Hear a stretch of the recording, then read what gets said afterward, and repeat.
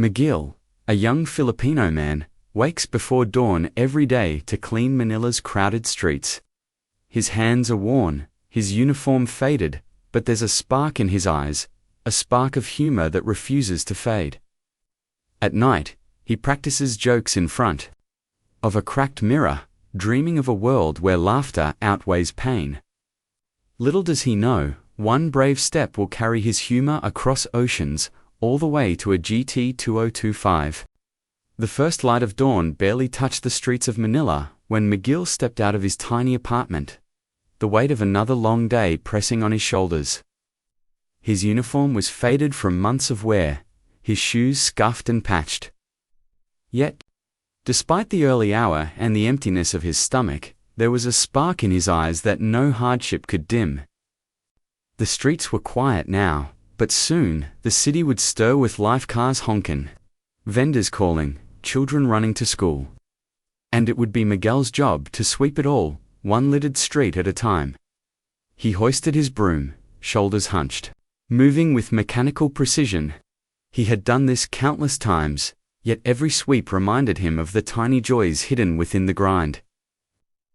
A stray cat brushed against his leg, and he bent down to scratch behind its ears, whispering a joke about the cat needing a side hustle to pay rent.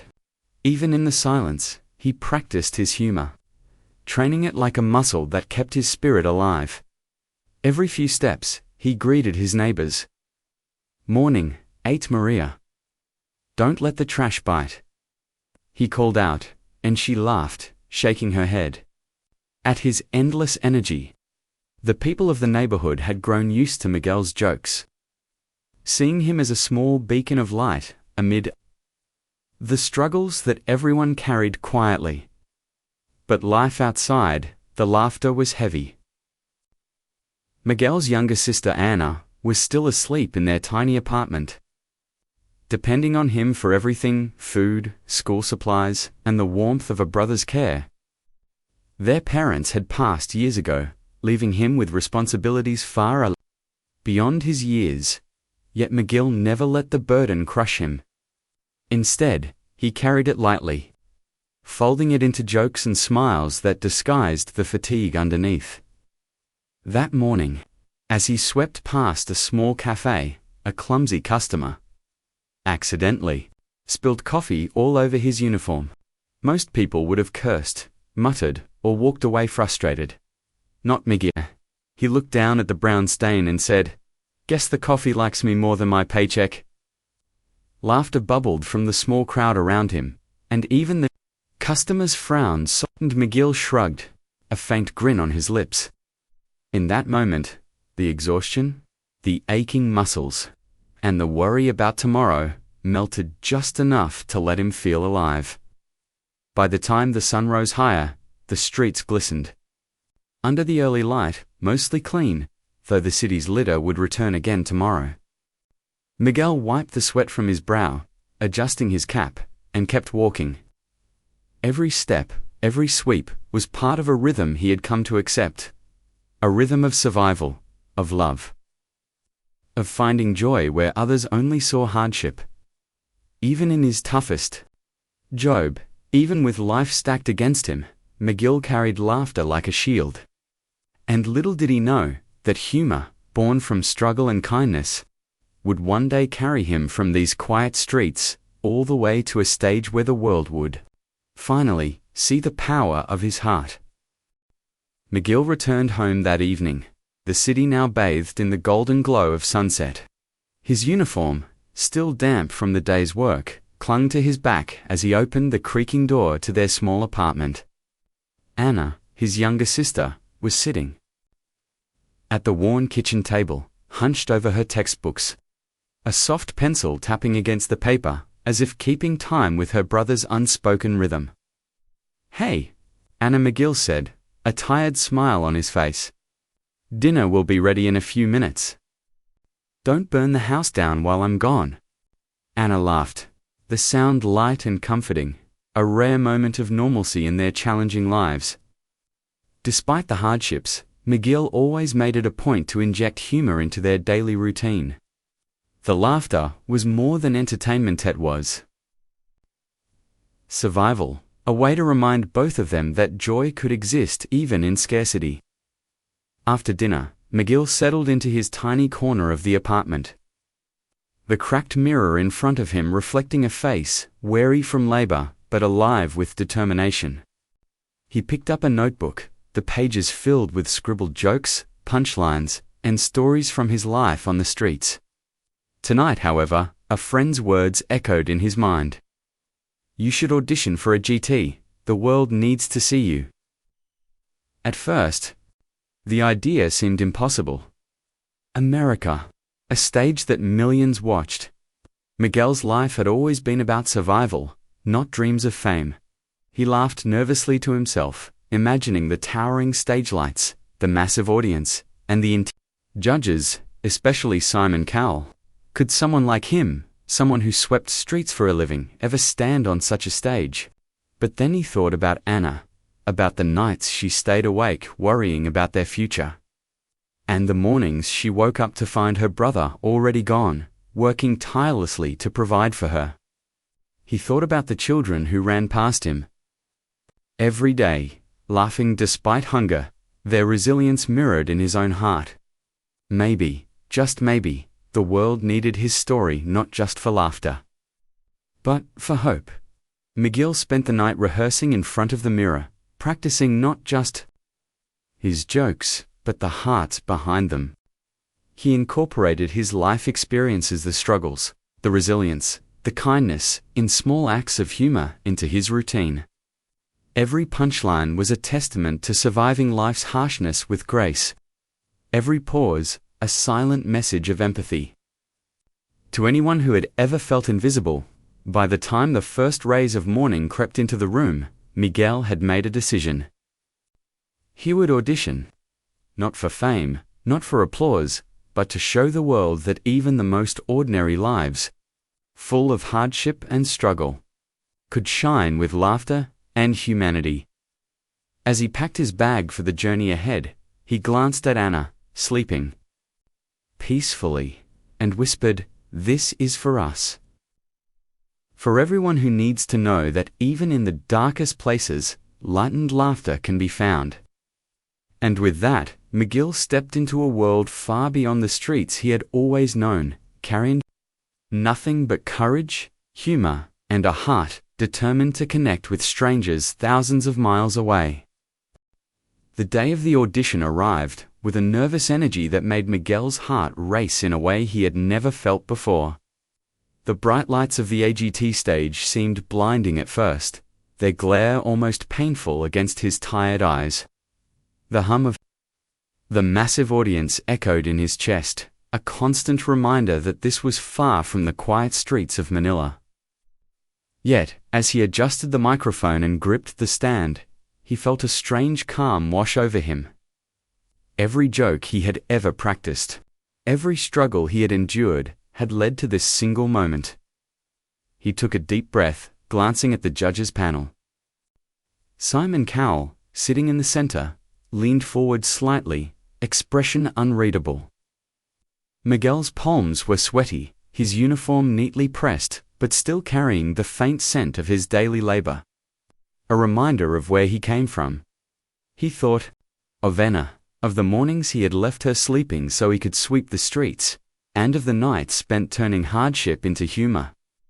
He reminded himself, "This is not just a stage, it's a bridge." Miguel began his set tentatively, a small joke about his morning commute, earning a polite chuckle from the audience. But as he continued, his voice grew stronger, infused with the honesty of lived experience. He wove stories of sweeping streets, of spilled coffee, of the little moments that had once seemed insignificant but now revealed universal truths. Each punchline carried a weight beyond laughter, carried hope, resilience, and the quiet beauty of a life that refused to be broken. The audience's laughter built gradually. Soft at first, then louder, more genuine, as they recognized the sincerity behind Miguel's humor. Simon Cowell's reactions were unpredictable. He laughed, his eyes twinkling, then paused, leaning back with a slight frown. almost as if he were feeling the bittersweet truths behind each joke. Then, unexpectedly, a tear slid down his cheek, quickly followed by a stifled chuckle. The mixture of laughter and emotion rippled through the room, a testament to the power of Miguel's performance. Miguel reached the middle of his routine, the moment where humor met heart. He told a story about a stray cat that had adopted him during long nights of street cleaning, turning a simple joke into a reflection on loneliness, companionship, and the small acts of kindness that define humanity. The audience laughed, but there was an audible pause after each punchline, as if everyone collectively realized they were witnessing more than comedies, they were witnessing truth. By the time he finished, Miguel was breathless, a smile spreading across his face. The judges were on their feet, the audience cheering wildly. Simon Cowell, wiping his eyes, leaned forward and said softly, almost to himself, that was incredible. Miguel realized then that humor was not just about making people laugh, was about connecting, bridging gaps, and touching hearts in ways he had never imagined. On that stage, under the bright lights and the weight of expectation, Miguel discovered the transformative power of laughter, the kind that heals, inspires, and unites. It was a moment he would never forget, the moment where a boy from the streets of Manila became a storyteller for the world. As the applause slowly faded, Miguel stepped back from the microphone for a moment, letting the energy of the room settle around him like a warm embrace. His chest rose and fell as he caught his breath, but his eyes bright, humble, a deeper story. He wasn't done. Not yet. Something inside him whispered that the world needed to hear one more truth. One more piece of his heart wrapped in humor. He leaned forward again, gripping the microphone stand as if it were the only thing keeping him anchored to reality. The lights dimmed slightly, focusing on him alone. The audience quieted, sensing a shift. Even Simon Cowell leaned in, elbows resting on the judging desk. Curiosity etched on his face. Miguel began softly, growing up. I used to think my family was poor. He paused, letting the silence hang. But then I realized. He cracked a half smile. We weren't poor. We were creative. Laughter rippled through the audience, small but warm. He continued, weaving humor into truth.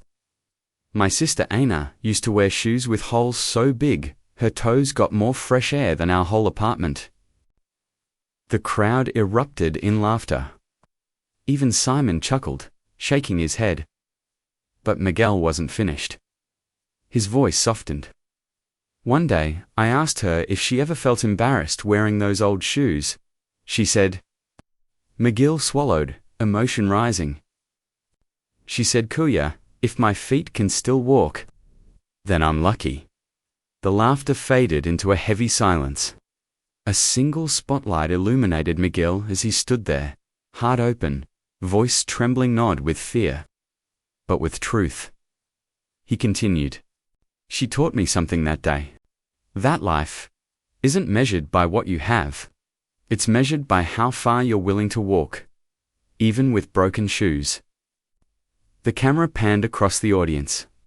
Some people covered their mouths. Others wiped their eyes. The energy in the room shifted from comedy to something deeper, something raw. Miguel gently lifted the edge of his own shoe, revealing a small tear he'd taped earlier that morning. I guess we both walked pretty far. The audience gasped, some laughed, some cried, all moved. Simon Cowell blinked rapidly, his jaw tightening.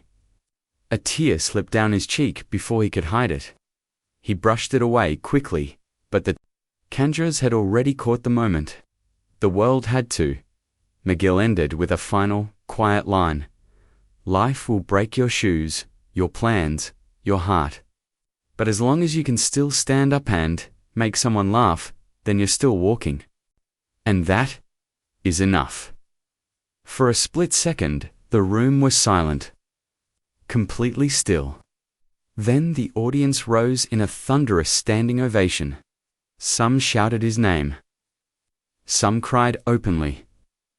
Simon stood too slowly, reverently, his eyes still wet. In that unforgettable moment, McGill learned the truth. His laughter didn't just entertain, it healed, it connected. It transformed pain into hope, and for the first time in his life, he felt seen not as a street sweeper, not as a struggling brother, but as a storyteller whose heart had the power to touch millions. The roar of the crowd echoed in McGill's ears long after he stepped off the AGT stage. Backstage, crew members patted him on the shoulder, strangers hugged him like an old friend, and contestants whispered, "You made us cry, man." In the best way. For the first time in his life, Miguel wasn't just another face in the crowd, he was someone who mattered. Someone who had touched hearts across the world. But when the lights dimmed and the cameras shut off, Miguel felt something even stronger than pride: gratitude. Gratitude for the journey, for the struggle, for the people who believed in him long before the world knew his name. He flew back to Manila a week later. Still overwhelmed by the videos circulating online, millions of views, thousands of comments, calling him inspiring, real, a light in dark times. But when he stepped off the plane and inhaled the warm, familiar scent of home, he realized that all the applause in the world was nothing compared to what waited for him there. Anna was standing at the arrival's gate, holding a small handmade sign that read, "Welcome home, Kuya." She was crying before he even reached her. As he wrapped her in a tight embrace, she whispered, "You did it. You really did it." McGill shook his head softly. "No, we did it," he replied. "Every step. Even the ones in your old shoes." Anna laughed through her tears, punching his arm gently. They walked together through the airport, McGill feeling lighter than he had in years. When they returned to their neighborhood, people spilled out of their homes, cheering and clapping like they'd been waiting for him all day. Kids ran up to him, imitating his jokes. Elders hugged him, saying they had watched him make America laugh and cry in the same breath. Even the stray cat from his street rubbed against his leg as if welcoming home a hero. But Miguel didn't let any of it change who he was. The next morning, he stepped outside with a broom in hand, not because he had to, but because he wanted to remind himself of where it all began. And as he swept, people gathered around him, not to watch him work, but to watch him shine. Later that afternoon, he surprised Anna with a small kaika, simple one with vanilla frosting and a single candle. They sat together on the floor of their tiny apartment, laughing at nothing and everything. It was the happiest she had ever seen him. "Kuya," Anna said softly. "What's next?" McGill looked out the window, watching the sunset paint the sky in warm gold. "I don't know," he admitted. "Maybe comedy shows? Maybe helping kids who feel unseen. Maybe more stages." He smiled gently. "But no matter what, I'll always come home." Because this, he gestured around them, is where the laughter started. As the candle flickered and the world quieted, Miguel realized something profound.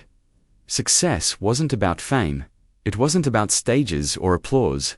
It was about giving people hope through kindness, through humor, through heart, and in that moment, he understood his purpose: to keep walking, to keep laughing, to keep lighting the world one smile at a time.